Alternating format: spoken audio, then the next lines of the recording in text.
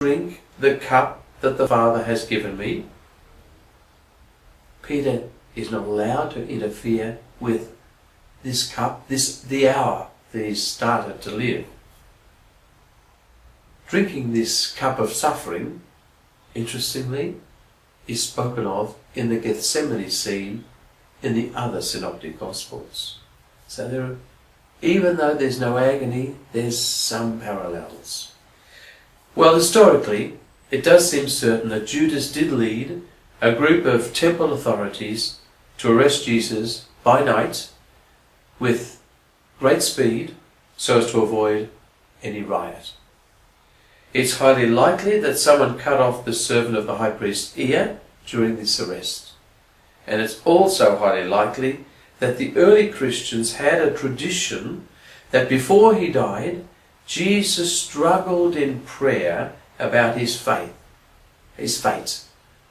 So it would seem that the synoptics are probably more accurate in describing what happened rather than John. But John is giving us Jesus, the sovereign one, always in control. Okay, we'll move on to the second of our 4 parts, which is Jesus before the Jewish authorities. And this time, I'd like to show you an extraordinary masterpiece by Matthias Grunewald, and it comes from Alsace, which was German-speaking in those days, and it's a very powerful altarpiece, and we see the physical agony that Jesus is in. So one of the great paintings of the later Middle Ages, 1515. It's at the Museum of Unterlinden in Colmar in Alsace. The Pharisees, Jesus before the Jewish authorities, the Pharisees didn't control the Sanhedrin, nor did they control the synagogues, the Pharisees, before 70 AD. There were 3 times as many priests or Levites, but the Pharisees were very popular, especially with merchants, intellectuals, and landowners, because the Sadducees, the priestly class, were quite aristocratic, and the Essenes, the monks, the monastic movement, was quite exclusive. So the gospel authorities are really correct in telling us that the Jewish authorities, especially the priests and the priestly class, are the ones who disliked Jesus intensely and wanted to silence him. All Gospels agree that the Sanhedrin discussed the Jesus problem and decided that he should die. But it's John who's probably correct in the timing of this. It probably happened some days before his arrest. All the Gospels agree that the high priest interrogated Jesus in the hours prior to the Roman trial. And the Roman trial, of course, is where he was sentenced to death. It's possible that either Annas or Caiaphas may have been the interrogator of Jesus during that night interrogation. Annas was high priest from the 6 AD to 15 AD, but he had immense influence for many years to come, because 5 of his sons were high priests, and the son-in-law Caiaphas was high priest, and a grandson was high priest. Interestingly, Jesus, Stephen, and James were all executed under this family. Caiaphas was high priest from 18 to 37 AD, the son-in-law, and it's under his high priesthood that Jesus is executed. Interestingly, we found in 1990 the Caiaphas family too. In Matthew and Mark, the charge is clear. He has attacked the temple and foretold its destruction. As we mentioned, That particular scene took place some days before Jesus' arrest. In Matthew and Mark, the high priest asks, "Are you the Christ, the Son of God?" In Luke, it's the whole council who asks the similar question. "If you are the Christ, tell us." So you are the Son of God then.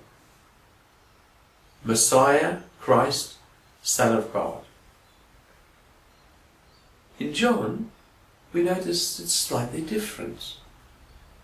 The high priest questioned Jesus about his disciples and his teaching. Doesn't raise the question of Messiah or Son of God. But of course we all know, don't we, from our previous study of John, that it is during Jesus' ministry in the book of signs that the Jewish authorities twice took up stones to throw at him because of blasphemy. But it said in chapter 8, "Before Abraham ever was, I am." And when he said, "The Father and I are one," in chapter 10.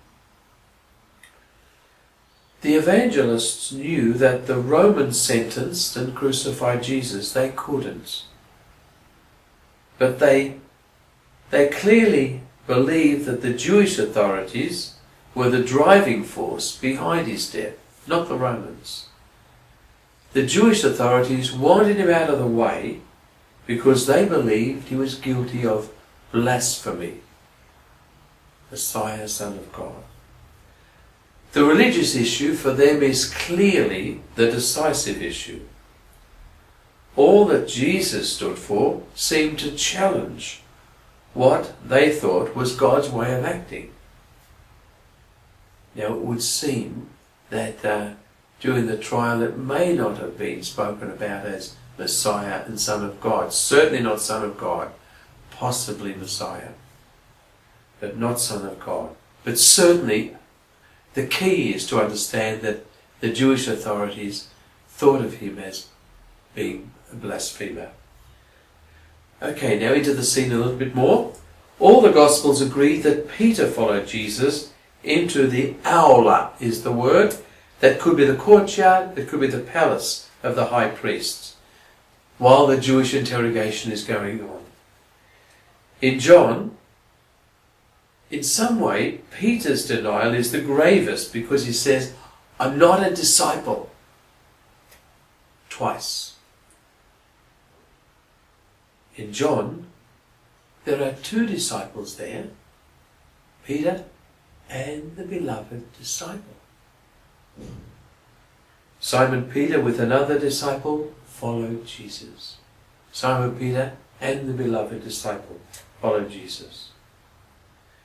In John, we don't see a mention that Peter wept bitterly, but we remember that in John chapter 21, that we'll see in the last lecture, Jesus will question Peter 3 times. "Do you really love me?" Now we move into Jesus before Pilate, our third section. John chapter 18, verse 28, through to 19, verse 16. And this time we're going to look at, well, quite a few paintings, and we're used to this one, paint Jesus just by himself on the cross, often with a black background. And one of the great 17th century painters from Spain, Diego Velázquez. And one of my favourite art museums, if I can say that, it's a terrible thing sometimes, is the Prado in Madrid. And there's it's a stunning art museum, and this is where you'll see quite a few Velázquez and this beautiful painting of Jesus on the cross. Historically, we know Pontius Pilate was Roman governor, sometimes called procurator, more often called prefect of Judea. He was there for 10 years, 26 to 36 AD. Jewish authors speak about him, such as Josephus and Philo, And we found in 1960